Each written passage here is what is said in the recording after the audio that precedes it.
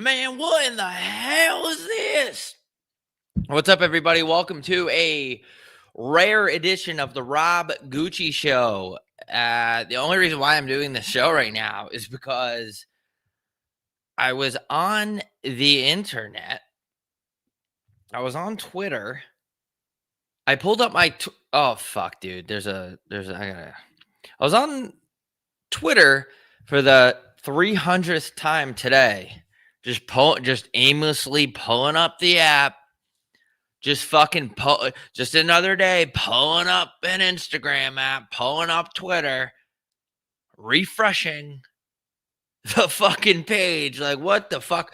Dude, I was getting gas today.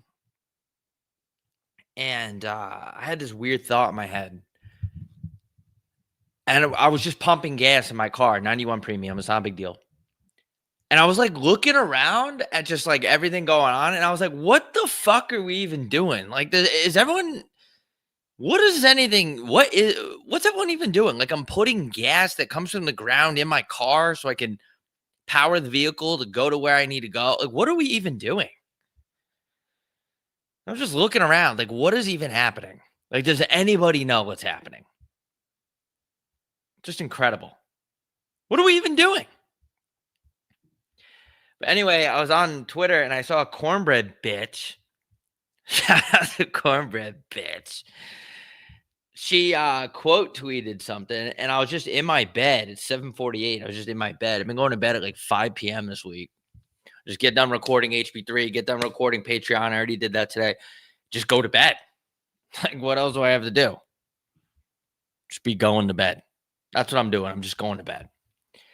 And cornbread bitch quote tweeted, Jamie, pull that up. She quote tweeted this picture. And her tweet is, marketing the Thruples is awesome.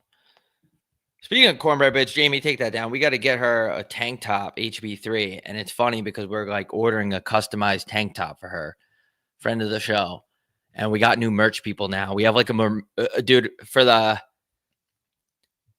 the first time ever, we have I just got really dizzy real quick. I don't know if it's because I have DoorDash right here. I've been DoorDashing a lot less because of fucking... I feel like all those people are enslaved. I have a theory about that. I think, like, you know how modern day slavery, they're telling you like, yeah, 50 million people are modern day slaves. Like, where are they?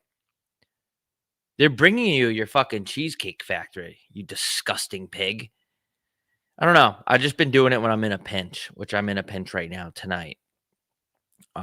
We're going to get to I'm in a pinch segment of the show later. I just got really dizzy. I don't know. I haven't really ate today. So maybe it's a really good idea to start a live podcast right before my fucking food gets here. Fuck. But anyway, we got new merch people. They're like doing all the merch for us, which is nice because I've been doing merch one way or another myself since 2013. And I'm like, yeah, I need a customized tank top for like this girl. And they're like, what size? And I was thinking about it. I'm like, I don't know. Like, whatever size girls with big tits wear. Like, I don't know if that's small to show off their nukes. I don't know. Like, I don't know women's sizes. I don't know. Because, like, for dudes, it's like you're either medium, large, small. You big, you small. You know, it lines up. But with women, they like to wear things differently. Like, maybe some girls can technically be a medium, but they wear a small because they want to show shit off. You get what I'm saying? Maybe you have a girl that's fucking fat as hell and they want to kind of wear like a bed sheet to like cover it up. Like every guy at Tommy Bahama's, they're not wearing, like, guys at Tommy Bahama, they're at the Tommy Bahama bar, they're not wearing like whatever size they are. They're a size up. You know, you got to cover that big boy body, cover that big divorced body up. Where you got to wear that fucking bed sheet over yourself at Tommy Bahama. Yeah, you got to wear that fat ass bed. All right, anyway. But cornbread bitch tweeted this. Jamie, pull that up. And I don't know who this is, but Jennifer Akuri said, I just got a Petite Plume catalog in the mail. What is Petite Plume? I don't know if you guys see this. I'm pulling something up. Petite Plume can refer to two different things: a brand of high-end children's and adult sleepwear. Wow, okay, botched that whole sentence. All right, so it's a pajamas company. Petite Plume is a brand that sells high-quality sleepwear for the whole family. Okay. It's a pajama company. Jamie, pull that up. So this woman tweeted, I just got a Petite Plume catalog in the mail. What is this family photo on the cover? And this is the craziest thing I've ever seen. And we all know this. Interracial couples on commercials was hot right now. I don't know if it's still hot right now. I haven't watched a lot of TV recently. But like for when basically during the whole pandemic, every couple on TV was interracial. And it's like, that's cool. That's chill. Like, you guys know I'm down for that. I'm down for that interracial shit. I'm down for that interracial shit. I want to get some interracial shit going on. But the reality is like this, it doesn't really like shake out to be like that all the time. Like if you see like an interracial couple at Christmas, there's some conversations going on. There's some things that are happening. But anyway, that's okay. But this family photo is advertising pajamas for a family. And it's just not adding up. It's like, first of all, this dog is fucking zooted. Like, look at this dog. Like, the dog doesn't even fit the family. And it's like they specifically picked an interracial dog for the interracial picture. Like, no, we can't do a black lab. We can't do a vanilla lab. We can't do a golden retriever. We got to get a Dalmatian for this photo shoot. But, like, this is the most PC pajama ad you're ever going to find. I mean, look at this motherfucker right here. Look at this fucking... That looks like Donald Trump's kid. What's the kid? Jamie, pull that up. What's Donald Trump's kid's name again? The one that's like 6'9"? Barron. This looks like Barron if he was in Honey, I Shrunk the Kids with his loafer's ass. But anyway, it's like, okay, so you got the dad. Well, I'm assuming this is the dad. We're going to ignore this Indonesian baby. I don't know what kind of Asian that is, but he's Asian. We're going to ignore the Asian baby on his head for just a minute. Then we're going to go to the wife. Okay, she's something. She's something with she's a... I don't know what she is. She's not white. She's something. She's like when you get a pizza and you get ricotta cheese on it. It's still cheese, but it's something. A little bit of something going on with her. And then we're going to move down to Barron Trump when he was 6. He's just like a fucking white dude that this kid has already filed his taxes for 2025. Like, this is a kid that his taxes are filed. And I guess, like, that's not a big deal because you can see the correlation between the dad and the kid. You can kind of be like, all right. Like, for some reason, the kid looks older. He looks older than the dad. Like, this dad is like a 38-year-old kind of like good-looking dude. Ignore the Asian baby on his head for a second. And sorry, if you guys are just listening to this on audio, this is going to be one you want to head over to YouTube. I'm getting hella views on YouTube, almost at 60 to 70 views a video on YouTube for the Rob Gucci Show. I also had a Rob Gucci show come out on Monday. So, all right, Jamie, pull that up. We're going back to the Asian baby on the head. We're going to ignore that for now. So the dad and son, a little bit of a correlation, maybe. The wife, we already went over. She's looking a little bit Asian. She's looking like she could be related to the son. And then the chick on the right is just fucking... She's like black, but she's like Naomi Osaka black. It's like kind of like there's a little bit of... there's... Whatever. And then let's go over to the mom. The mom's black. So... what is going on? Is this a throuple? Like, I'm not seeing like what exactly happened here. Like, I guess because this is supposed to be a family. So you can see between the dad and the mom. The mom's a little bit like we said, she's got something like that. She's not Squid Game's Asian, but she's kind of like this is a very racist episode, I guess, depending on how you look at it. I'm just trying to be observatory here. She's not Squid Game's Asian, but she's kind of like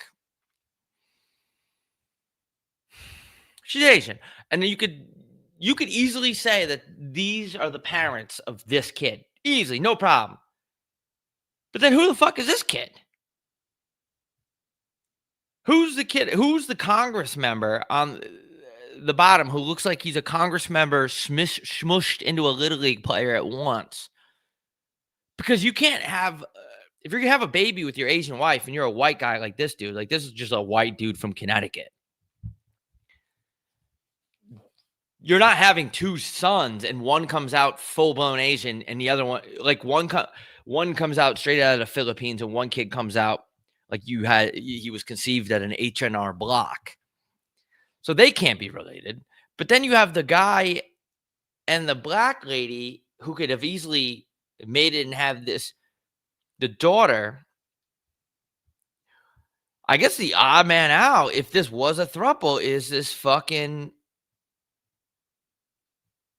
Senate floor looking ass motherfucker. And it makes sense because he's not even matching with the pajamas that everyone else is wearing.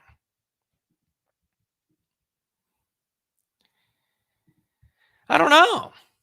Or is the company legit? And this dog is just ugly. I'm sorry to all the dog lovers out there. I'm not fucking with this dog. Or maybe it's just a bad lighting for him or a bad shot, but he looks confused. He's like confused. He's looking at the producers of this photo shoot and he's like, what the fuck? What the hell? Like, why couldn't I have been Tom Brady's cloned dog? Tom Brady cloning. Jamie, pull that up. Hold on. We're going to pull this down for a sec. Jamie, take that away. Thomas Brady like cloned his dog, which I was like, dude, I don't know about that, man. I just think that's kind of weird. I don't know Thomas Brady. I'm just kind of like I don't think that that's cool. And your dog can mean the world to you and all that shit, but wouldn't you just want to let the dog chill? And like the dog had a good life, it passed away. Unfortunately, dogs don't live. Why don't dogs live as long as humans? Why are dogs' lifespans so short? Well, short compared to humans. Yeah, that makes sense. I just pulled it up. Due to the combination of factors, including their accelerated growth and aging. Yeah, dogs are 25 years old in 2 weeks. I guess that makes sense. Dogs skip middle school.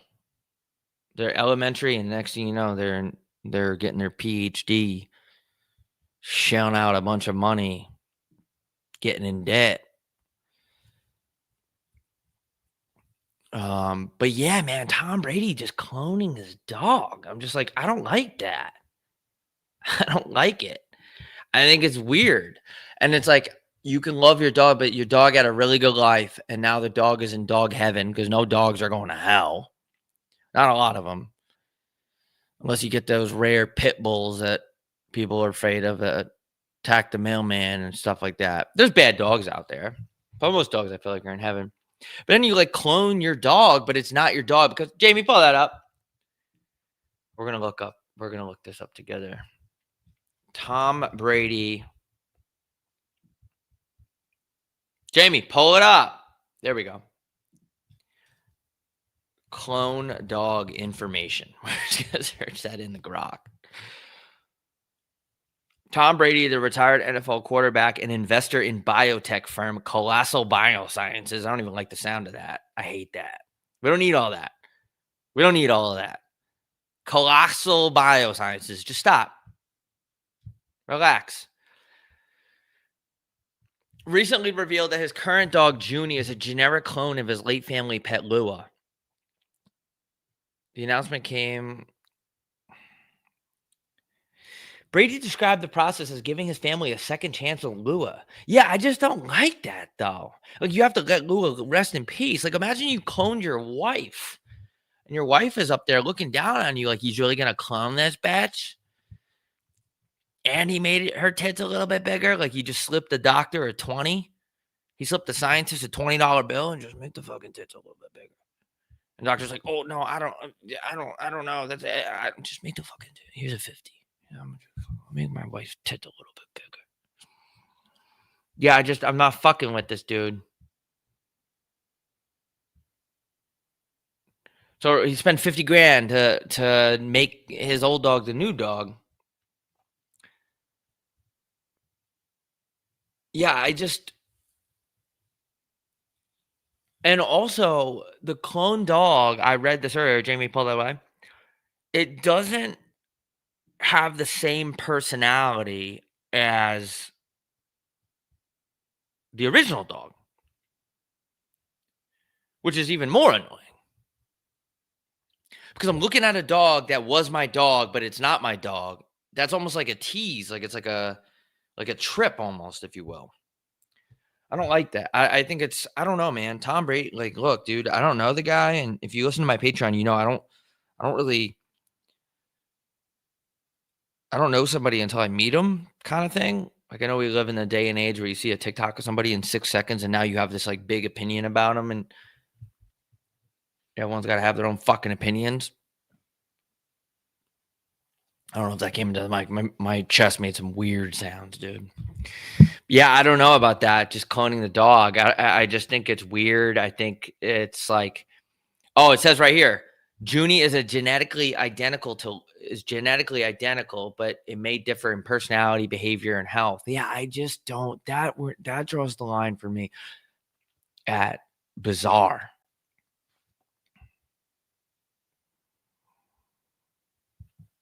And what happens when this one passes away?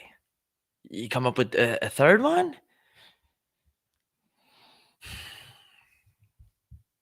Yeah, I don't know. And also, I think this is secretly an advertisement. There's no doubt in my mind that he was paid money to put this out there. Because now everybody knows about Bioscience is Colossal. And everyone's going to go try to genetically modify their ex-girlfriend, the one that got away. This is we're going down a very weird path in society. And I know that's coming from me with 6 people watching my YouTube right now, but I just feel like we're going down a weird path. And when you start cloning things, and it's like, I don't know if you can necessarily. Someone in the chat said he's an investor in that company. Okay, there you go. That's what I was thinking about. Everything is so about money and just money and money. I was walking around today, and I was just thinking like how everyone was everyone's limping. I was at Walmart today. We're picking up clothing for a shoot we're doing tomorrow, and everyone's just obese. People don't have teeth. They're angry. They're limping. They don't have arms, and it's like, what is going on? What exactly is happening? Why is everyone this big? Why?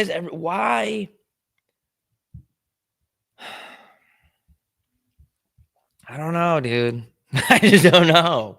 I'm fucking starving right now. I might have you guys, I got an episode that came out on Monday. If you didn't listen to that, go listen to that. But yeah, in other news, man, I guess Harry Potter, Daniel Radcliffe came out and said he was just shit-faced during some of the filming of Harry Potter. Jamie, pull that up. And it's like, yeah, I don't blame him. It's like the worst job ever being Harry Potter. And I don't want to put words in his mouth, and maybe he enjoyed it, but your whole identity forever is Harry Potter, when in reality, you're just a guy that was doing a job. It really is a double entendre. It really backfired making all that money. Like, you can't even go get a cappuccino without somebody going, oh, you're Harry Potter. I would fucking kill him. I would go buy an unlicensed firearm from the black market. And I'm not saying he should do this. That's not what I'm saying. It's not funny to joke about that. Even though comedy is suggestive. Comedy is subjective. But it's like, I physically don't know. I mentally don't know if I can handle that baggage of being Harry Potter forever when that's not you. It's just a fucking job that you had. And I guess he came out. He's like, yeah, I was shit-faced filming the movie. I would be shit-faced too. I wouldn't be able to mentally handle that.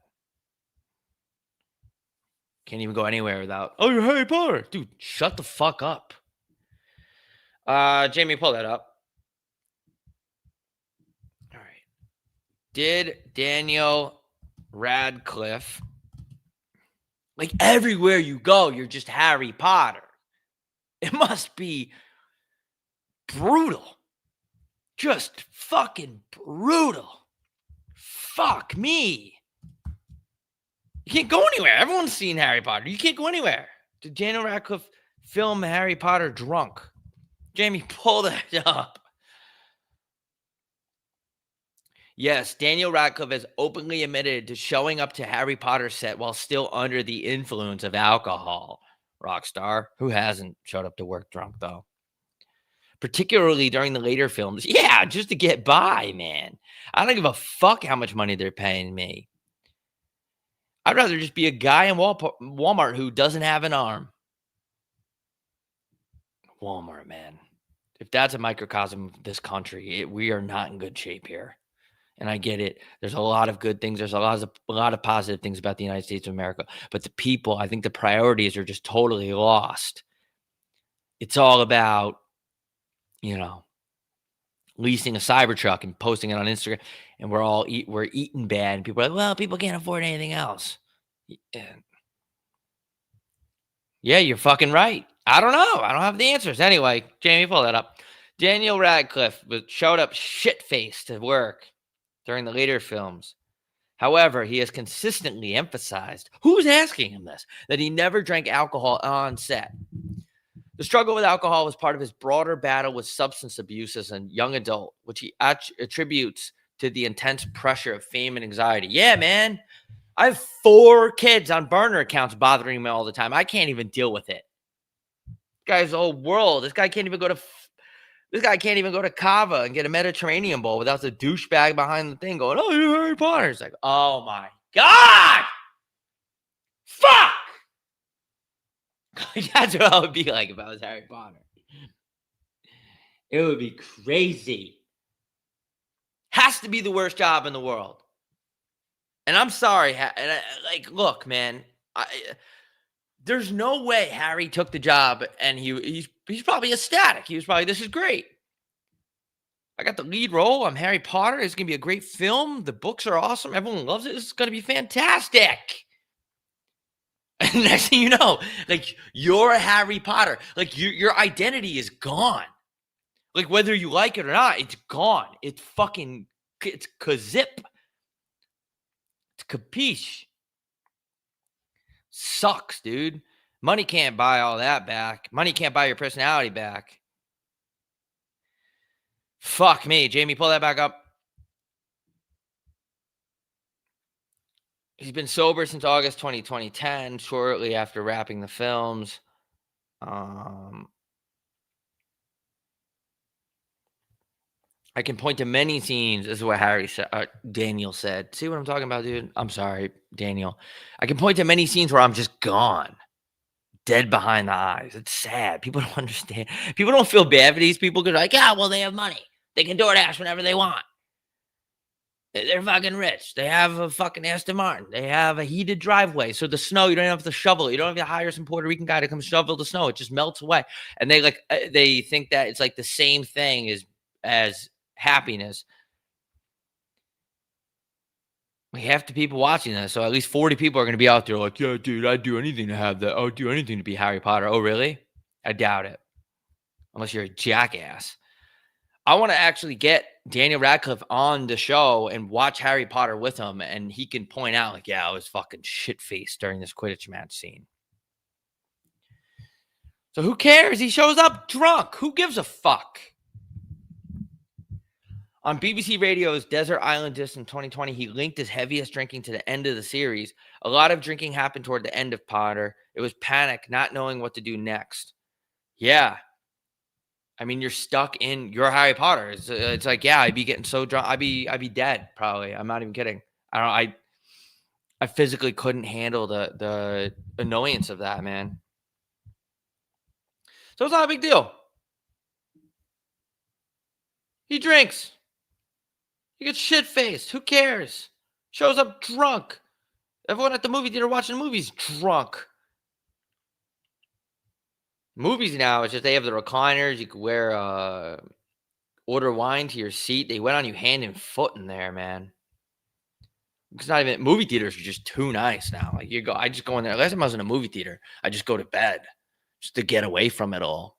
Buy a movie ticket, go in there by yourself, order a glass of red wine to your seat, get some fucking milk duds, just pass the fuck out. Fucking just knock the fuck out in there, dude. Just order a goddamn filet and go to bed. Just go to the movie theater, and that's what people do now. Jamie, pull that up. What is what's that movie theater called? I haven't looked at the chat right now. Chat, help me out here. Yeah, this guy named Texas Toast said you can order a prime rib at the movie theater now. Yeah, it's like, what the fuck? Why? Why wouldn't you just go to Fleming's? Kind of nails, though. Getting a movie ticket, going in there, eating a prime rib and a red wine, just going to bed. How many people fall asleep in the movies? Jamie, pull that up. What percentage of people fall asleep in the movie theater? It's got to be like a lot.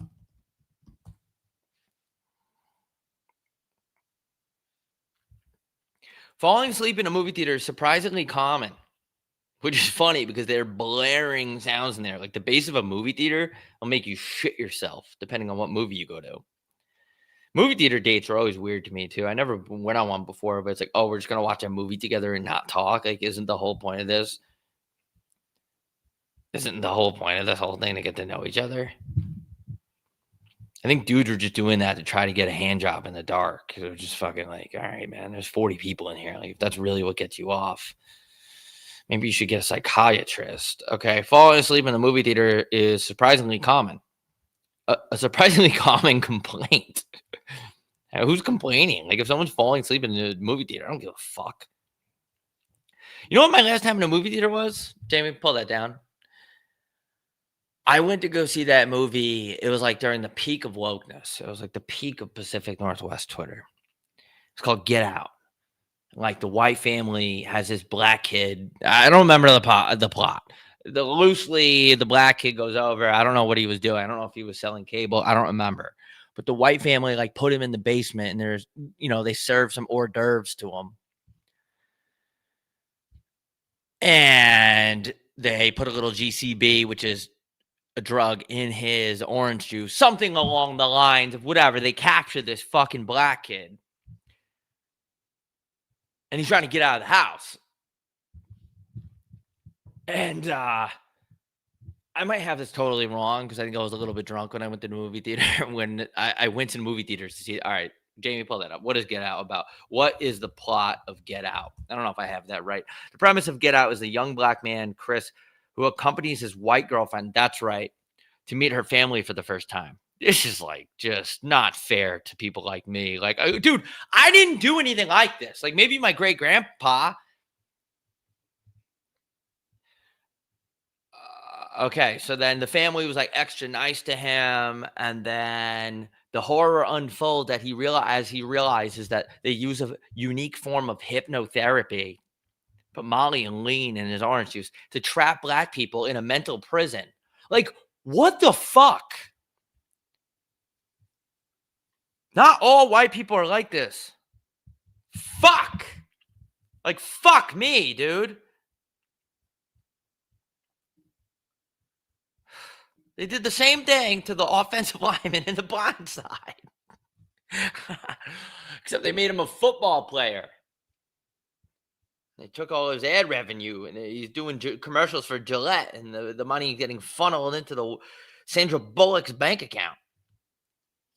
It's just not a good look for the whites, this movie. So anyway, that's the movie, right? And I was in theaters. This is a true story. And the black dude like gets out of the basement. I forget. I just remember it was a very loud movie, dude. And I was like not enjoying the movie because as a white guy in there, I'm like, dude, we don't all do this. Like, I get it that Jerry Jones was protesting outside of a school in Arkansas, like, "Don't let the black kids in. Fuck them." But that's not, like, what I stand for. That's not what a lot of people I know stand for. So, anyway, this movie was going on. And, the black kid in the movie, like, I don't remember what he did. He did a spinning back fist and hit the white lady in the head or something, or maybe it wasn't the white lady. I'm thinking of a different NFL domestic, thinking of a different scene. But whatever, he gets out. Like, the movie is called Get Out. Like, he gets out of the room or whatever. Like, he escapes. And as he's escaping, I could be making this shit up. Did the black kid in the movie Get Out hit any of the white people? I don't remember if I'm making this up or not. And he should. If they trap me in there, dude, I'd be fucking. There would be some violence going on. Hit any of the white people. I don't know if this is gonna like pull up the way I wanted to. Yes, the main character, Chris, and then in parentheses it says the black kid in the movie. Sorry to be like, that's just how. Fights and kills several white people who were part of a conspiracy to abduct and body snatch black people. Who wrote this movie? Jordan Peele. Like, dude, like, isn't this race baiting? Got multiple Oscars. Of course it did. I just feel like it's divisive. What isn't divisive? Like, could you imagine how mad Nick Fuentes would be at this movie? He must be pissed. Like, who's someone that would be rattled at this movie? Yeah, just like a divisive move. Because I'm trying to put myself in the shoes of I'm trying to put myself in the Air Force Ones of a black guy. Like, if I was in that movie theater, I would have been like, fuck white people, dude. Fuck them. That's bullshit. Because a lot of the things we learn is through the media and through Hollywood. So, like, it's just I feel like, and I'm not taking away from Jordan Peele's writing ability or his directing ability or anything like that. Like, that's not what I'm saying. I'm like, I'm getting to my point. This actually happened in the movie theater. I'll get to it in a second. But this movie, I can't imagine how mad Republicans on Reddit must have been when this movie came out. Oh my God. The guys that drive around pickup trucks that just have the big Q on it for QAnon, they must have been rattled. But anyway, I'm in the movie theater, dude. And in the part of the movie of Get Out, and I promise you, I'm not making this up. This actually happened. And this is where I felt uncomfortable. In the movie, I like how I got something too. It's I like when the DoorDash staples the bag, so you know that's how I got plantain chips. Oh no, is my address on here? Thank God. I got plantain chips, and I got a chicken bowl. Looks like shit. It looks really bad. Oh, DoorDash a chicken bowl. That'll be $72. What the fuck was I talking about? Oh, so in the movie, yeah, when the black kid kills the white family, starts killing them, this black guy stands up in the theater, dude. I'm not kidding. He stands up in the theater. He's a couple rows ahead of me, a little bit off to the right. And he goes, "Yeah, that's what we do." And I looked over and I was like, what the fuck is going on? And then other black people started chiming in. And there's like, yeah. And as a white guy in the theater, I was like, uh-oh. I should probably like get out of here. Like, I don't know what's going to go on. Like, in the middle of the movie theater, the guy goes, "Yeah, that's what we do." When the black kid is just mowing down the white guys in the movie. And as a white guy in the theater, I'm just like, I wanted them to pause the movie and be like, I just want everyone in the theater to know, like, I'm with you on this one. Like, that kid should have done that. Like, they trapped him in the basement. Just crazy, dude. Just like wild shit. I was like, I just remember thinking, I don't remember if I left the movie theater because I think I wanted to leave. I think I did. I wanted to leave, but I didn't want to like being like, excuse me, and getting out of my row. And they're like, where you going, white boy? It was a very uncomfortable situation, man. I don't know if that was Ryan Clark in the theater, like somebody said. I just don't know. Like that movie for me is like, I guess I feel like I don't know. This is a weird episode. I'm doing it live, so I can't take any of this back. And on the Rob Gucci show, we don't edit out anything. But I feel like it was just I feel like all sides, like everybody, Jamie, pull that up, that commercial up. Even everybody in this picture, Jamie, pull that up. Everybody in this thruple family photo would be on my side. That like you can understand for me as a regular dude, it was uncomfortable to be in a movie theater where the black kid in the movie, he should have done that. They trapped him in the basement. They lured him down there and said, hey, in the basement, we got some, we got some, you get my point. But in this thruple photo, they would have been like, I'm a pretty reasonable guy, I feel like. And I just got nervous in the movie theater. I'm like, uh-oh, I should probably get out of here. How ironic. But that's baseball. But yeah, this thruple picture is insane. This is like you're doing too much. You're doing way too much. His family is not a family. It's just, let's just get every race, combine them. We got the Chinese kid. The African American woman is looking at the Chinese kid like, whose baby is that? Very weird. Very weird advertisement. Antonio Brown got sent back to the United States. I just think that whole situation is sad. I talked about it on Patreon, patreon.com/Rob Gucci show. Sad situation, dude. Just like, I know the guy, there's a bunch of allegations, and like on paper, he was doing things that was really shooting himself in the foot. No pun intended there.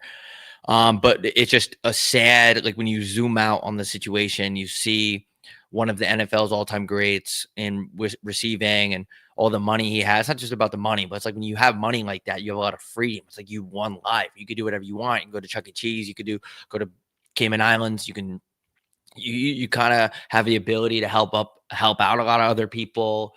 To see it get kind of thrown away. And I'm not sympathizing for just the whole situation is just sad, you know? Like both can be true. Like he could be a complete asshole. I don't know the guy. And it can also, he could be one of those guys where like, oh, well, they deserved it. But it can also be true that it's a sad situation, you know? All right, guys, I'm going to get out of here and eat my freezing cold chicken bowl. Thanks for watching a goddamn show. I don't know what else to say, really.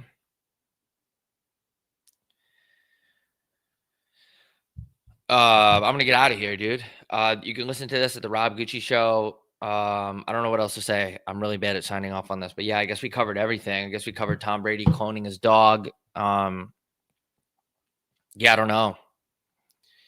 All right, guys, we out. Thank you. I love you. Good night. Be safe.